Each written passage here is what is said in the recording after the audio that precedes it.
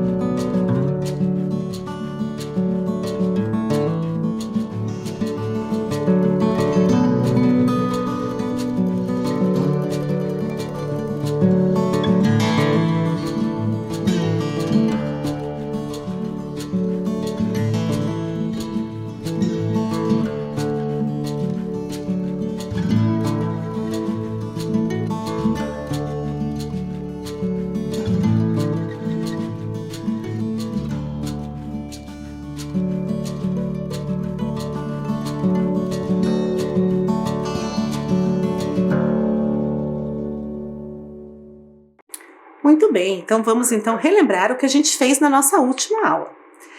Na última aula eu apresentei para vocês o Vespersaurus paranaense, né? Foi o primeiro dinossauro encontrado no Paraná. Nós fizemos a leitura do texto, eu mostrei para vocês como que o texto estava lá na internet. Fizemos uma atividade, né? Para entender as palavras com o auxílio dos dinossauros, né? Os dinossauros nos davam a pista e a gente identificava qual que era o significado daquela palavra dentro do texto. Fizemos também uma atividade para compreender a palavra com o auxílio do dicionário, né? Identificando qual palavra podia substituir a palavra em destaque da frase sem mudar o sentido da frase.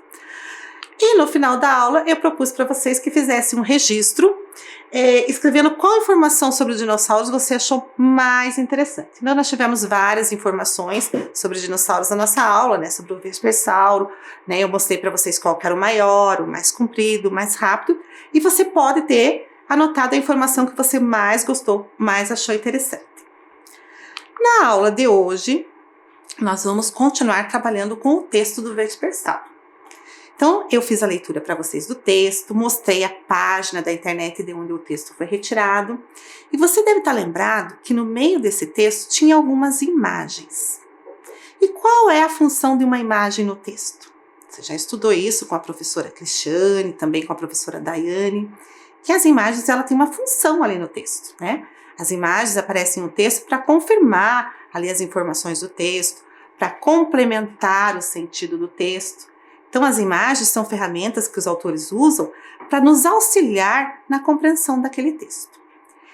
Como esse texto que eu trouxe para vocês, eu tirei da internet, de uma revista digital, ele tem também um outro recurso que nos auxilia na compreensão do texto, que é um vídeo.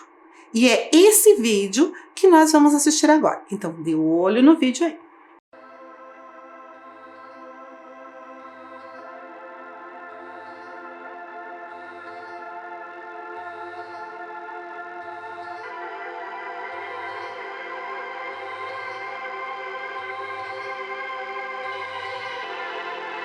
Na década de 70, paleontólogos descobriram uma estranha pegada fóssil no interior do Paraná. O animal que a produziu parecia andar apoiado em um único dedo do pé. Agora, na cidade de Cruzeiro do Oeste, foram encontrados fósseis do possível autor da pegada. Com um longo dedo central no pé, cercado por outros 2 dedos curtos que exibiam garras grandes e estreitas. Estas possivelmente funcionavam como lâminas cortantes. Usando tomografia e reconstituição digital, foi possível simular como os dedos se encaixavam, produzindo a pegada. Vespersaurus paranaensis, um pequeno dinossauro predador bípede com 1,60 m de comprimento. Suas vértebras eram cheias de cavidades, como nas aves atuais, e seus dentes possuíam serrilhas como de uma faca. Vespersaurus viveu há 85 milhões de anos, quando o grande deserto cobria boa parte do sudeste brasileiro. Lá, esse carnívoro caçava pequenos animais entre as dunas, possivelmente tepterossauros como Caio Ajara. Vespersaurus é o primeiro dinossauro descoberto no Paraná e se revelou o terópodo mais bem preservado do Brasil.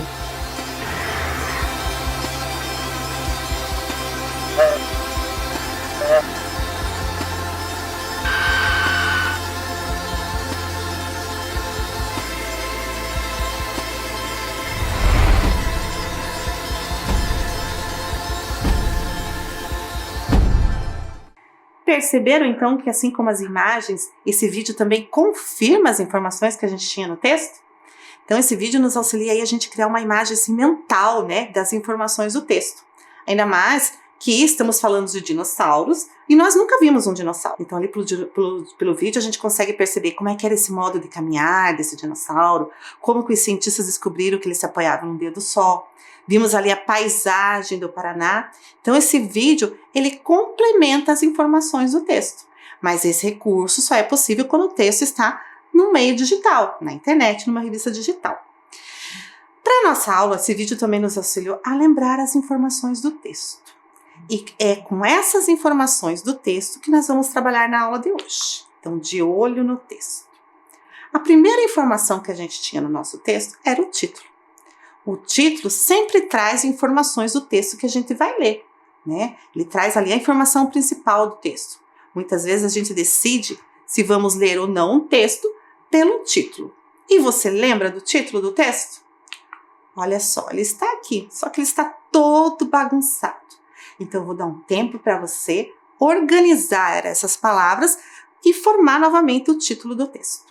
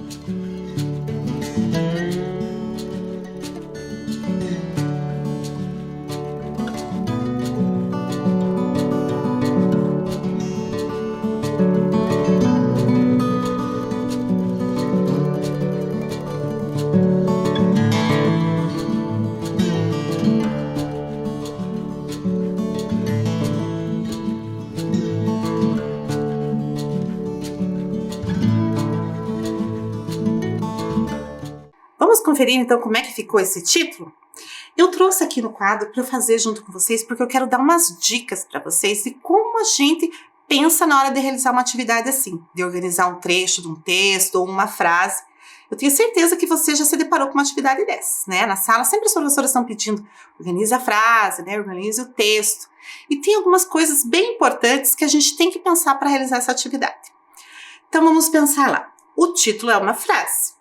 As frases começam com letra maiúscula, então vamos identificar a palavra com letra maiúscula. Eu tenho aqui o e Paraná. Qual das duas palavras eu vou começar a frase? Paraná, eu sei que começa com letra maiúscula, porque é o nome de um estado. E usamos letra maiúscula, né, para escrever nome de estados, de lugares, de pessoas. Poderia ser a primeira palavra da frase? Poderia, mas aí ia sobrar o O.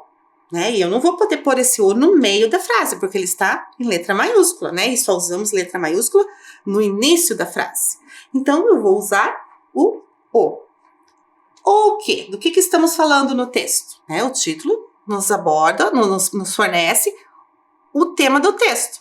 Do que estamos falando? dos dinossauros, mas era qualquer dinossauro? Não, era o primeiro. Então, o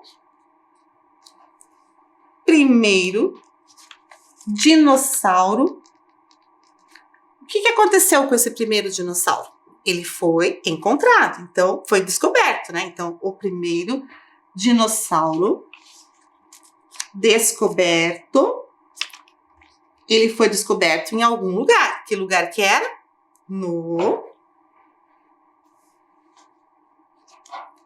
Aonde que era? No Paraná.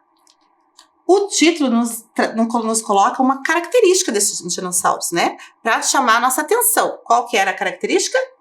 Que ele andava. Como ele andava? Em um dedo só. Então, o título ficou: o primeiro dinossauro descoberto no Paraná andava em um dedo só. Vocês devem estar percebendo que aqui no final da frase não temos ponto final. E é assim mesmo, em títulos não se coloca ponto final. Perceberam então como eu fui organizando as ideias para retomar esse título? Eu fui dando uma sequência lógica nas ideias. Então, sempre que você tiver que organizar uma frase, um texto, vá te fazendo perguntas para você mesmo, para ver se está tendo uma lógica aquilo que você está escrevendo, tá? Essas perguntas vão te ajudar a organizar seu pensamento. Então, lá no slide agora, conferindo. O primeiro dinossauro descoberto no Paraná andava em um dedo só. Confira se está certinho aí no seu caderno.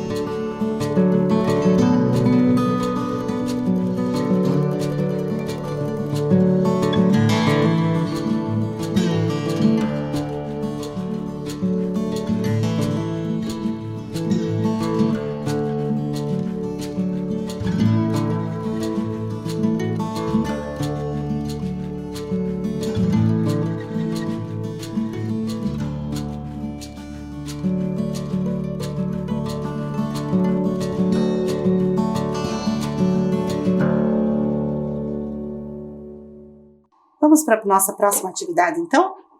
Nossa atividade está aqui escondida, né? Atrás de alguns números ali.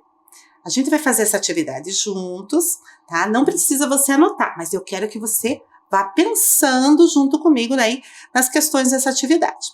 Vamos lá, então? Questão número 1. No auge do período Cretáceo, um carnívoro caçava na paisagem repleta de areia e dunas do interior do Paraná. Essa informação é verdadeira ou é falsa? O período Cretáceo era a época que viveram os dinossauros, né? Então, o texto está dizendo para a gente que tinha um carnívoro que caçava, né, na paisagem do Paraná, que era cheia de areia. Essa informação é verdadeira ou é falsa? Acertou quem disse que a informação é verdadeira. Realmente, né, o Vespersauro vivia no Paraná numa época muito diferente.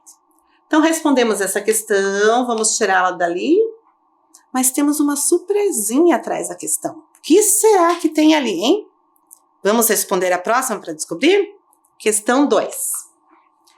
A nova espécie foi nomeada Vespersaurus paranaensis, devido à região onde foi encontrada. É verdadeiro ou é falso? O Vespersauro foi encontrado no interior do Paraná.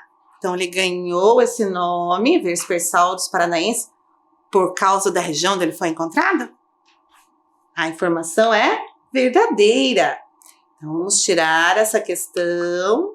Olha lá, temos então, estamos percebendo que temos ali atrás uma imagem. Do que será que se trata essa imagem? Questão número 3. O Vespersaurus paranaensis, como foi batizado, se assemelhava ligeiramente a um Velociraptor ou a um Tiranossauro. Ele era parecido com outro dinossauro. Qual que era? O Velociraptor ou o Tiranossauro? Acertou quem respondeu? Velociraptor, né? Ele era parecido com esse outro dinossauro. Tirando então a questão, tá conseguindo identificar a imagem? Já está reconhecendo essa imagem? Você já viu essa imagem, hein? Vamos então para a última questão? 4. O Vespersaurus era um dinossauro enorme, maior que um caminhão, ou pequeno, do tamanho de uma motocicleta? Hoje no vídeo a gente viu ali, né? O Vespersauro em relação ao tamanho do ser humano, dá para perceber bem o tamanho dele. Ele era enorme ou ele era menor? Acertou quem disse? Pequeno, do tamanho de uma motocicleta. E revelando a imagem toda, olha só a imagem do Vespersaurus, né? A gente viu essa imagem lá no comecinho da sequência, quando eu dei as dicas para vocês descobrirem a temática da sequência. Essa imagem também estava no texto. E quando uma imagem aparece no texto, ela vem em seguida de uma descrição, né? Para dizer para o leitor do que se trata aquela imagem, que é a legenda. Então, qual é a legenda mais adequada para a imagem? 1. Representação do esqueleto de Vespersaurus paranaense. Ou 2. Funcionamento do esqueleto de Vespersaurus paranaense. Releia ali as duas alternativas e marque lá no seu caderno. Se você acha que é 1, coloca 1. Se você percebe que é 2, coloca 2. Eu vou dar um tempinho para você.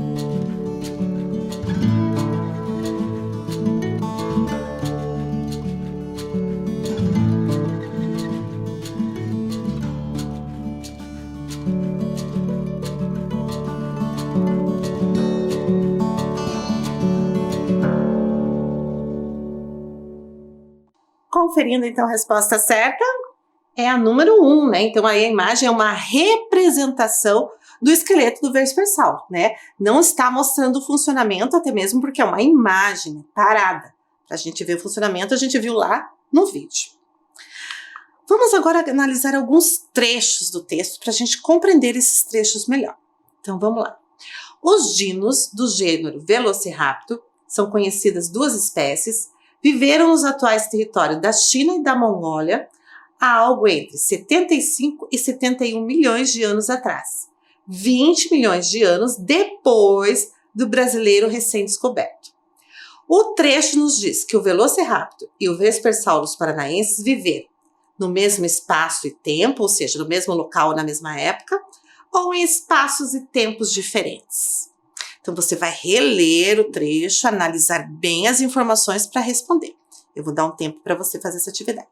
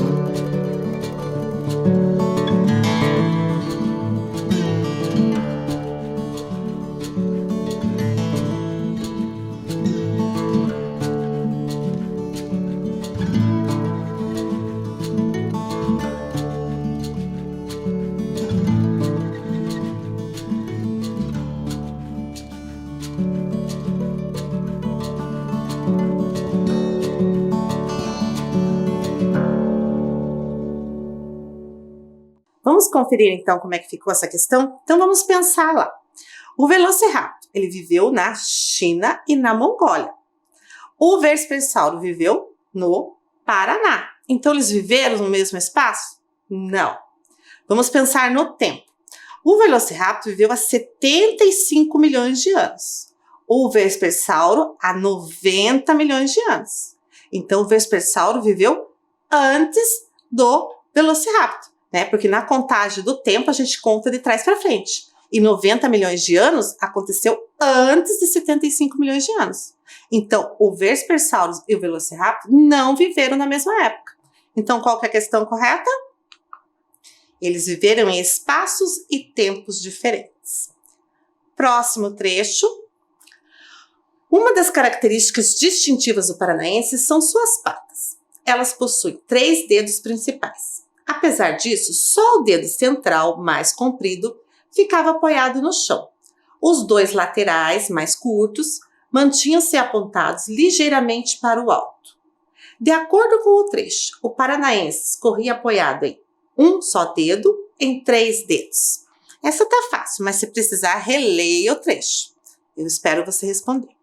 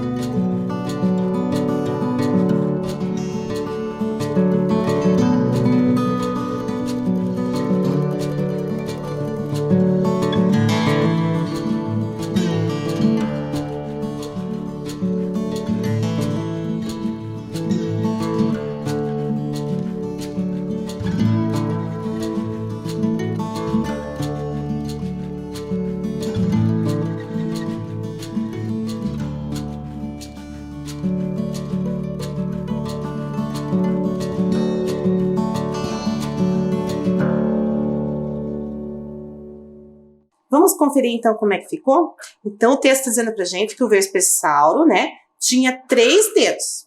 E apesar disso, só o dedo central, que era mais comprido, ficava apoiado no chão.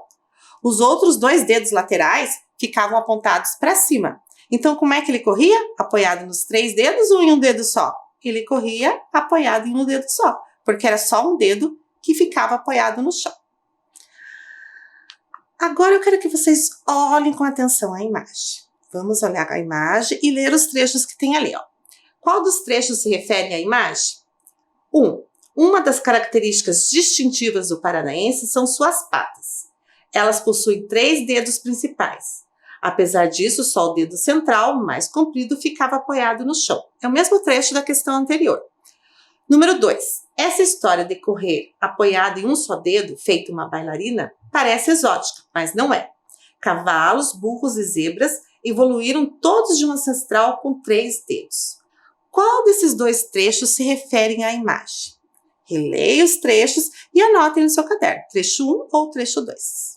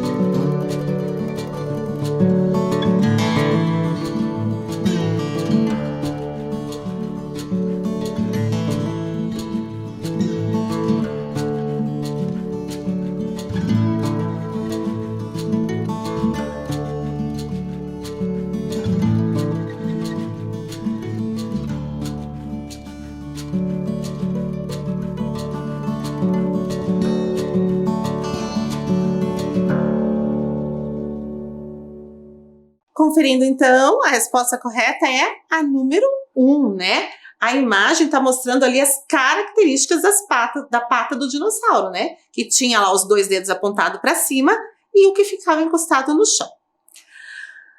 Bem, agora eu quero que você olhem aqui esse trecho do texto. Tem algumas palavras aí que estão escondidas, tá? Então eu vou fazer a leitura do trecho e você já vai pensando de qual palavra pode ser que está escondida ali. O Paranaensis era um terrópodo, o mesmo grupo a quem pertence outros bípedes de bracinhos, como já mencionados Velociraptors e o célebre T-Rex. São eles que dariam as aves atuais, exatamente como um contemporâneo. O mais recente dinossauro brasileiro tem óculos em alguns pontos, que diminuem um pouco sua massa corporal. Aí temos as palavras ali, monstros, ossos, curtos, pombo, origem. Então, você vai identificar qual é a palavra correta para cada parte do texto, tá? Então, você vai colocar lá no seu caderno. Não precisa copiar o texto todo. Coloca número 1, qual a palavra correta. Número 2, qual a palavra correta, tá? Faça a atividade que a gente já retorna.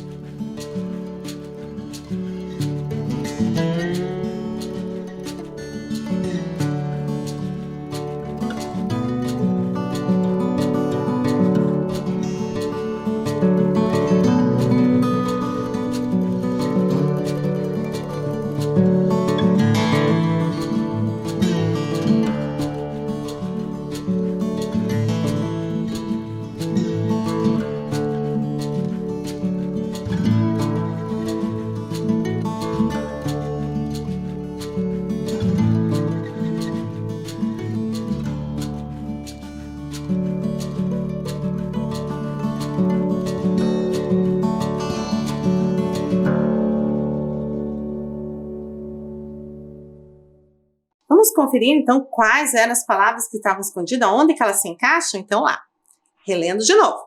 O Paranaensis era um terrópodo, o mesmo grupo a quem pertence outros monstros, bípedes de bracinhos curtos, como já mencionados Velociraptors e o célebre T-Rex. São eles que dariam origem às aves atuais, exatamente como um pombo contemporâneo. O mais recente dinossauro brasileiro tem ossos ocos em alguns pontos, que diminuem um pouco a sua massa corporal. Agora está completinho o texto. Bem, vamos conhecer melhor esse texto que a gente está estudando, tá? Eu quero que você pense aí agora. O texto que estamos estudando foi escrito para contar uma história? Está contando a história do Vespersauro? Não, né? Ele foi escrito para nos ensinar a fazer alguma coisa. A gente aprendeu a fazer alguma coisa lendo esse texto? Também não. Ele foi escrito para relatar uma descoberta? Sim, ele está relatando uma descoberta, né? Ele está contando para a gente que foi descoberto um novo dinossauro no Paraná. Então, esse tipo de texto que relata uma descoberta tem um gênero, que é o gênero texto de divulgação científica. E na mão de gênero, né, de texto, os textos de divulgação científica, eles são bem importantes para a gente, porque são textos feitos baseados em pesquisas. E muito do que a gente estuda, do que a gente aprende no dia a dia na escola, é baseado em pesquisas científicas, né? Então, a gente usa esse tipo de texto no dia a dia. Ele está presente nos livros didáticos, né, de várias matérias. Vamos conhecer melhor esse gênero, texto de divulgação científica? Como é escrito um texto de divulgação científica? É escrito baseado em pesquisas, em dados coletados. Então, não é um texto inventado. O texto de divulgação científica, ele é feito com base em pesquisas, em estudos, em comprovações científicas, né? Então, é um texto que é fundamentado por uma pesquisa, por dados verdadeiros. Com que finalidade? Para que se escreve esse tipo de texto? Divulgar, relatar descobertas científicas de forma clara e objetiva. Então, esses textos são para contar as novidades da ciência. Contar para quem? Para qualquer pessoa, né? Todo mundo tem interesse em saber o que está acontecendo na ciência, o que estão descobrindo, né? Se estão descobrindo novos medicamentos, cura de doenças, se descobriram um novo planeta, né? As descobertas da tecnologia, todo mundo tem interesse sobre isso. Então, são escritos esses textos para contar essas pesquisas. Então, os cientistas fazem lá a pesquisa, o trabalho deles, faz a divulgação lá no meio dos estudiosos daquele assunto, mas também divulgam essas informações para todas as pessoas. Então, por isso ele tem que ser uma forma clara e objetiva. Então, eu não preciso ser uma estudiosa de dinossauros para me interessar sobre o que a ciência já descobriu sobre eles, né? Eu não preciso ser uma estudiosa lá do planeta Marte para querer saber o que a ciência sabe sobre Marte. Então, qualquer pessoa tem que ser capaz de ler um texto de divulgação científica e entender. Por isso que ele tem que ter uma linguagem clara, né? Que todos leiam e compreendam aquela pesquisa. Mas qual é a linguagem utilizada? Então, a linguagem apresenta termos técnicos da área, linguagem científica. Linguagem científica são aquelas palavras usadas só para tratar daquele assunto. Por exemplo, a gente falando aqui dos dinossauros, a gente tem usado algumas palavras assim como era mesozoica, período cretáceo, terrópoda. Essas são palavras científicas relacionadas aos dinossauros. A gente não usa essas palavras para falar de outras coisas. Então, nesse texto, nos textos de divulgação científica, aparece essa linguagem. Mas, apesar dessa linguagem científica, a pessoa que escreve esse texto tem que ter a preocupação de colocar as outras informações de forma clara.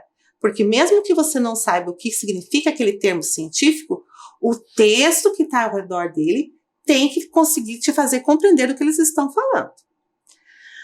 Que mais? Quem escreve esse tipo de texto? Quem escreve são os pesquisadores, os cientistas, os professores, os jornalistas, qualquer pessoa que queira divulgar uma descoberta científica, né? Geralmente são as pessoas que trabalharam naquela descoberta, né? Porque eles querem que todo mundo saiba o que eles descobriram, né? Professores que estudam aquele tema e jornalistas, porque uma das funções dos jornalistas é informar a população. E eles escrevendo textos científicos, divulgação científicas, eles informam as pessoas sobre as descobertas da ciência. E onde são publicados? Aonde que eu acho esse tipo de texto? Em revistas e jornais científicos, né? Então não adianta eu procurar numa revista de moda, de fofoca, porque não vai ter. Em livros, né? Que não sejam livros de literatura, livros didáticos, livros científicos. Plataformas de divulgação científicas, que são aqueles sites que tratam desses assuntos, né? Televisão e internet. Bem, os textos de divulgação científica têm a função de transmitir as informações de maneira clara e objetiva. Então, já expliquei para vocês que o texto tem que ser fácil de compreender. Para isso, os autores utilizam diferentes estratégias para facilitar a compreensão de fatos científicos durante a leitura. Então, a pessoa que escreve o texto, ela se preocupa como é que o leitor está entendendo. Então, ela usa alguns recursos ali da língua portuguesa para deixar esse texto mais fácil. Vamos analisar algum desses recursos. Então, vamos ver esse trecho lá. Como o lagarto, Gueragama sul-americana e o pterossauro, Kaiowajara dobrunsky. As palavras destacadas estão escritas em itálico. Itálico é esse tipo de letra ali deitadinho, né? É uma fonte que tem no computador. E esse tipo de letra, ele é usado em algumas situações. Vamos ver quais são essas situações. O itálico é utilizado em títulos de livros, filmes, músicas, pinturas, esculturas, entre outros, citados do texto. Então, a pessoa está escrevendo um texto e vai falar o nome de um livro. Ah, O Pequeno Príncipe. Então, ela vai escrever o nome O Pequeno Príncipe com essa fonte itálica. Vai falar o nome do filme. No texto que estamos estudando, fala lá Jurassic Park. A palavra Jurassic Park está escrita em fonte itálica. Nomes científicos de espécie, que é o caso do texto ali, né? Tem a espécie do lagarto e a espécie do pterossauro. Palavras em outros idiomas e palavras às quais você queira dar ênfase. Então, essas fontes são usadas, essa fonte itálica é usada nessas situações. Em nomes de livros e filmes, quando estão no meio de um texto, nomes científicos, né? Palavras que estão em outra língua, ou se o autor quiser dar um destaque àquela palavra. Ainda nesse mesmo trecho. Como o lagarto Gueragama sul-americana e o pterossauro Kaiowajara dobrunsky. As palavras destacadas correspondem a uma linguagem científica ou informal? Pense um pouquinho. O autor destacou essas palavras com a fonte itálica. E essas palavras, então ele quis chamar atenção para essas palavras, porque elas correspondem ao quê? A uma linguagem científica, né, que está se referindo àquele assunto dos dinossauros, ou uma linguagem informal que a gente usa no dia a dia para conversar?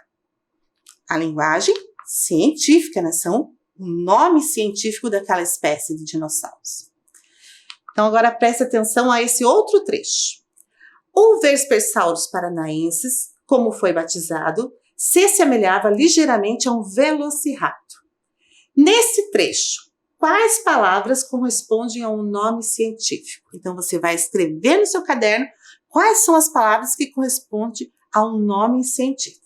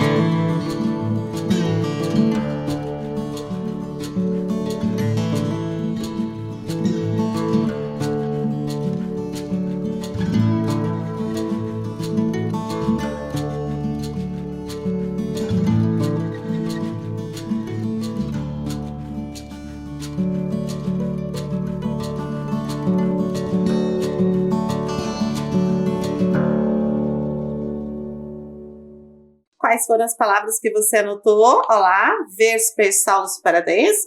Tá certo, então a gente sabe que essas palavras são um nome científico porque elas estão aí na fonte itálico, tá?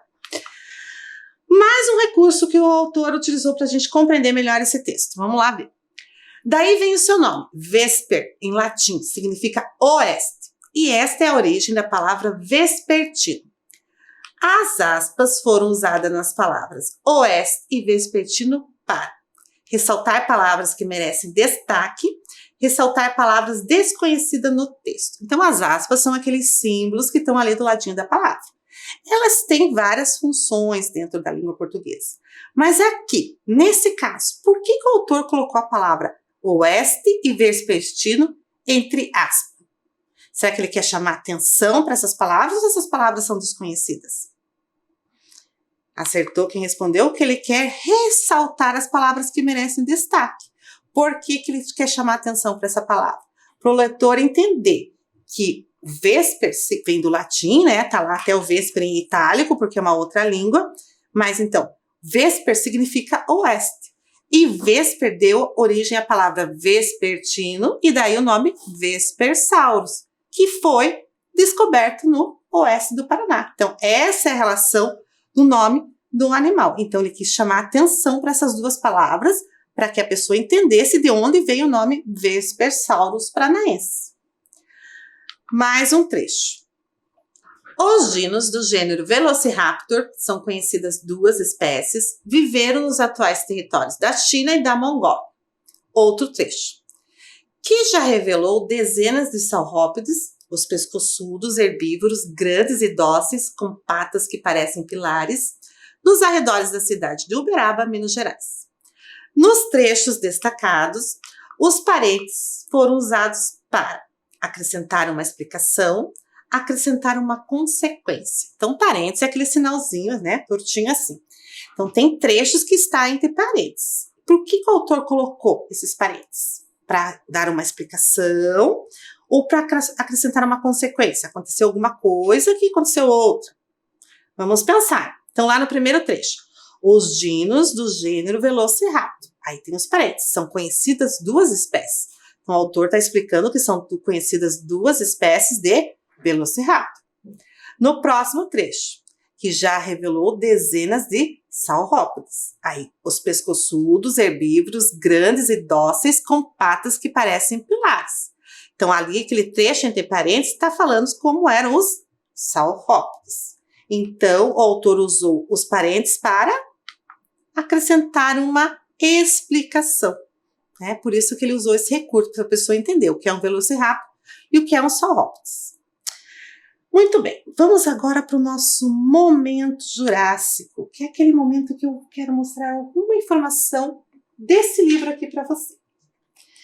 Então, os dinossauros viveram no nosso planeta numa época há 250 milhões de anos atrás, até mais ou menos uns 65 milhões de anos atrás. Esse período que eles viveram aqui no planeta Terra se chamava Era Mesozoica, e era uma época muito diferente do que o nosso planeta é hoje. Então, o clima era diferente, a vegetação era diferente. E os dinossauros viveram nessa época que foi dividida em 3 períodos. O período Triássico, o Jurássico e o Cretáceo. Cada período desse teve dinossauros diferentes.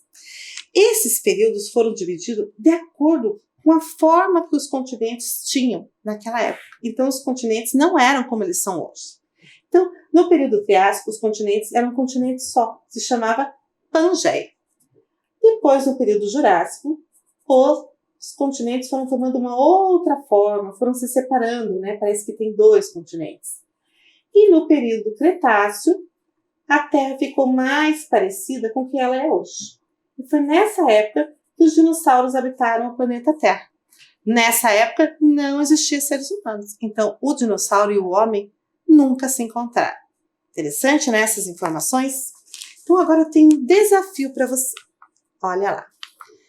Escreva algumas características do Vespersaurus paranaense, o primeiro dinossauro encontrado no Paraná. Então, você vai escrever aí no seu caderno alguma coisa que você lembre que a gente falou do Vespersauro. Combinado? Então, nossa aula para hoje é isso. E eu espero vocês para a próxima aula. Abraço, se cuida. Tchau!